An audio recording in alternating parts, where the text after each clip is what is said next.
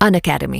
Let's crack it. Hello everyone, आज का हमारा टॉपिक है मदारीन बत्तख यानी कि मदारीन डक। इस पर हम चर्चा करेंगे विस्तार से, तो बने रहिए मेरे साथ वीडियो के एंड तक। अगर आप प्रतिभावान हैं और यूपीएससी सिविल सेवा परीक्षा की तैयारी फ्री ऑफ कॉस्ट करना चाहते हैं तो इस इंफॉर्मेशन को पूरा ध्यान से सुनिएगा।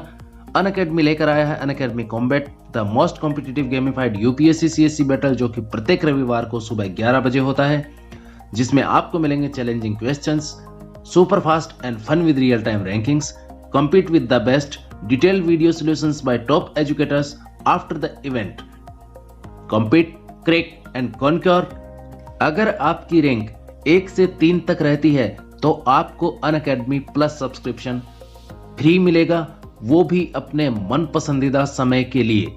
साथ ही रैंक 4 से 10 को मिलेगा अनअकैडमी प्लस सब्सक्रिप्शन पर 75% डिस्काउंट। उसी प्रकार से रैंक 11 से 50 वालों को मिलेगा 50% तक डिस्काउंट, और रैंक 51 से 500 तक मिलेगा 25% तक डिस्काउंट। इस कॉन्टेस्ट का फॉर्मेट है 45 minute, 60 questions, 12 combats, 6 sections, relative scoring every Sunday.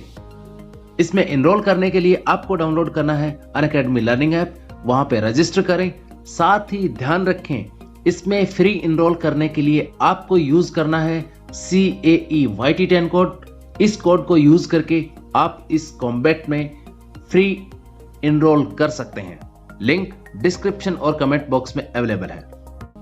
आइए देखते हैं कि ये चर्चा में क्यों है। हाल ही में असम के तिनसुकिया जिले में मगुरी मोटापुंग बील में 1 सदी के बाद मंदारिन बत्तख यानी कि मदारिन डक देखी गई है।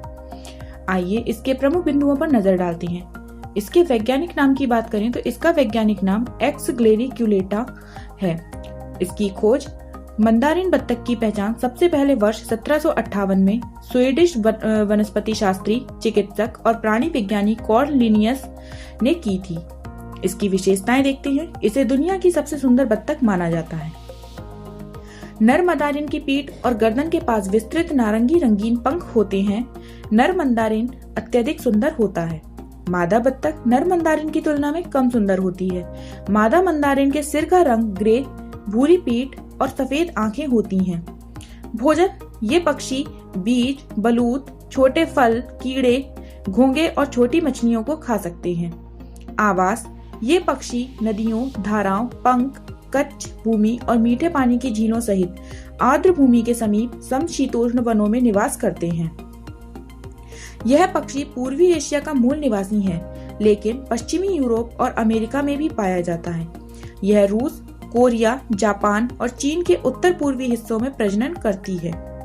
भारत में उपस्थिति: ये बत्तख कभी कभी ही भारत में आते हैं, क्योंकि भारत उनके प्रवास मार्ग में नहीं आता है। इस पक्षी को वर्ष 1902 में तिनसुकिया, असम में रोंगागोरा क्षेत्र में डिब्रू नदी में देखा गया था। इस बत्तख को वर्ष 2013 में मणिपुर की लोकटक झील में देखा गया था तथा वर्ष 2014 में असम के बक्सा जिले में स्थित टाइगर रिजर्व और मानस नेशनल पार्क में स्थित सातावोनी बील में देखा गया।